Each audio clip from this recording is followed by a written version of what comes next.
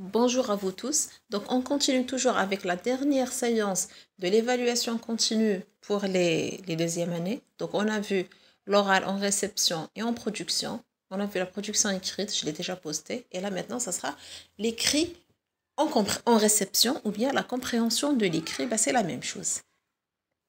L'objectif de cette séance, c'est de vérifier la compréhension chez les élèves. Est-ce qu'ils arrivent à comprendre un texte? D'accord? Deuxième, c'est juste vérifier si l'élève est capable de repérer les caractéristiques du texte explicatif. Est-ce qu'ils savent trouver la phase de questionnement, la phase d'explication, la conclusion, à quel temps sont conjugués les verbes, etc. Donc, c'est ça l'enjeu. Enfin, l'objectif de la séance, c'est ça. C'est juste vérifier, parce qu'on va rien faire. On va juste vérifier. C'est ça l'évaluation des acquis. Est-ce que cela a été déjà acquis et c'est bon, ils ont gardé ça en tête ou pas? Donc, le déroulement de la séance. Vous avez le texte. J'ai choisi qu'apporte le sport aux enfants. Comme ça, à chaque fois, on va varier les thèmes. On va toucher tous les thèmes, presque tous les thèmes du programme de l'année passée. Foot, tennis, basket. Quel que soit le sport choisi, la pratique d'une activité physique est essentielle pour le bon développement d'un enfant. Qu'apporte le sport aux enfants? J'ai la phase de questionnement. Réponse du docteur Eric, médecin du sport. Il faut que les trois parties soient bien distinctes. L'activité physique est nécessaire parce qu'un enfant a besoin de bouger. L'avantage du sport est d'abord, donc il faut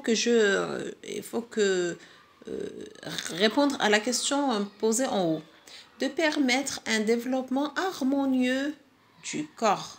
Ensuite, le sport, il diminue l'obésité. Enfin, le sport est un excellent moyen de socialisation où l'enfant peut faire des amis. Dernière partie donc, pour votre santé, faites du sport. Et tu dois avoir obligatoirement une source, c'est ministère de la Jeunesse et des Sports. Donc j'ai déjà mon support, mais je n'ai pas encore commencé la leçon. Je commence par la situation problème. Alors, que faut-il faire pour éviter l'obésité et d'autres maladies? Donc les élèves vont répondre bien sûr, mais vous devez avoir impérativement le mot sport. Il faut faire du sport. Donc, stimuler à chaque fois les élèves pour qu'ils vous donnent ça. Alors, après, vous avez l'étude du paratexte et émettre les hypothèses de sens. La première question est: quel est le titre de ce texte? Bien sûr, on commence toujours par un titre. Ce serait bien d'accompagner ça avec une photo si vous voulez. Donc, quel est le titre de ce texte? Le titre est: qu'apporte le sport aux enfants? Les réponses sont écrites en caractères gras. Deuxième, de combien de paragraphes se compose le texte? Donc, il se compose de 3 paragraphes obligatoirement. Quelle est la source de ce texte? D'où est tiré ce texte? D'où est extrait ce texte? Toutes ces réponses-là, toutes ces questions-là mènent à la même réponse. Il est tiré du ministère de la Jeunesse et des Sports. Donc, il faut se baser sur ça pour l'étude du paratexte. Vous avez le titre, le nombre de paragraphes et la source. Après, vous leur dites: alors, d'après ces informations, de quoi va-t-on parler dans ce texte? Donc, c'est ce qu'on appelle les hypothèses de sens. Vous allez prendre 3, bien sûr, vous les portez au tableau. 3 hypothèses différentes. Au moins 2 qui sont justes, une qui est fausse. En tous les cas, comme ça. Après, vous avez la phase, la vérification des hypothèses et la compréhension globale. Ici, vous savez très bien que quand vous allez demander aux élèves de lire silencieusement, il n'y a pas de lecture magistrale. Silencieusement, faites attention, s'il vous plaît, vous leur donnez toujours une consigne. Si vous demandez aux élèves de lire sans consigne, ils ne vont pas lire, ils vont juste regarder le livre. Toujours une consigne, une tâche à faire. Vous leur dites à chaque fois: les enfants, tenez un crayon à la main, lisez le texte. Vous pouvez leur dire: lisez juste le premier paragraphe, tout dépend, vous êtes libre. Après, vérifiez les hypothèses. Ne perdez pas de vue les hypothèses. D'accord? Regardez celles qui sont justes, celles qui sont fausses.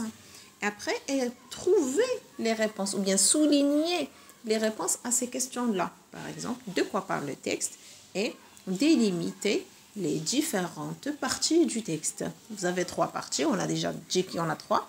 Par quel mot commence et se termine le premier paragraphe, ainsi de suite.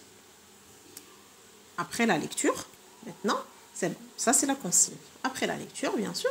Alors, vous allez effacer les hypothèses qui sont fausses et vous gardez celles qui sont correctes, celles qui sont justes. Bien sûr, ce sont les élèves qui vont vous guider. Deuxième, de quoi parle le texte? Donc, il parle de l'importance du sport parce qu'on a les avantages. Qui parle dans ce texte? C'est le médecin du sport qui parle. C'est Eric, le médecin du sport. Donc, c'est Eric qui parle, c'est le médecin du sport.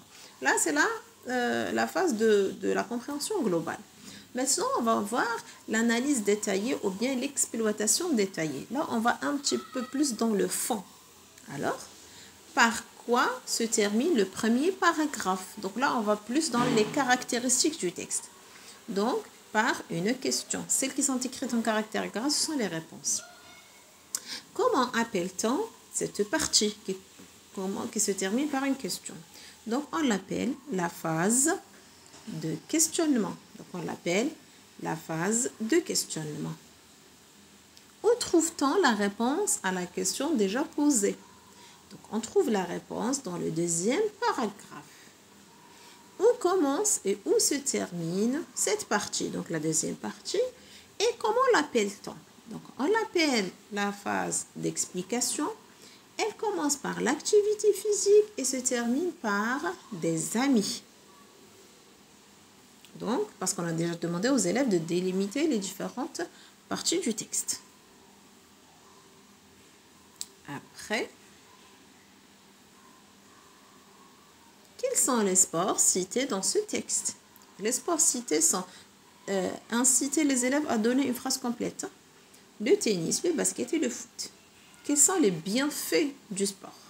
Alors, les bienfaits sont diminuer l'obésité, faire des amis et pour le bon développement du corps. Bien sûr, stimuler les élèves pour qu'ils parlent. D'accord? Faites répéter les réponses.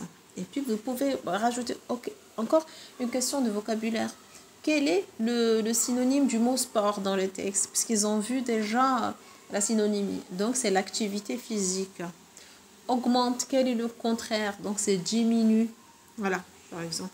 À quel temps sont conjugués les verbes du texte?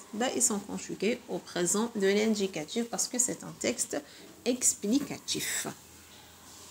Donc, ça, c'est la phase de l'analyse un peu détaillée. Reste la partie, bien sûr, de récapitulation. Alors, que fait l'auteur dans le dernier paragraphe? Il donne un conseil, parce que jusqu'à maintenant, on n'a pas analysé la dernière partie. Donc, il donne un conseil. On va lire, donc, pour votre santé, faites du sport. Donc, il nous donne un conseil. Lequel? C'est, il faut faire du sport pour rester en bonne santé. Essayez de demander aux élèves de vous expliquer, enfin, de vous donner le conseil, mais différemment, avec leur propre vocabulaire. Après, vous pouvez terminer avec ce texte. Moi, j'adore ce tableau. Qui part dans ce texte? C'est le médecin du sport. Acquis aux enfants. De quoi? De l'importance du sport. Dans quel but? Afin d'exercer une activité physique pour rester en bonne santé. Ce tableau-là, il est simple. Les élèves le connaissent. Il récapitule tout ce qu'on a vu dans le texte. Donc, voilà. Ainsi, on aura terminé avec l'évaluation diagnostique pour les deuxièmes années. Donc, je vais entamer encore les autres niveaux. Merci beaucoup.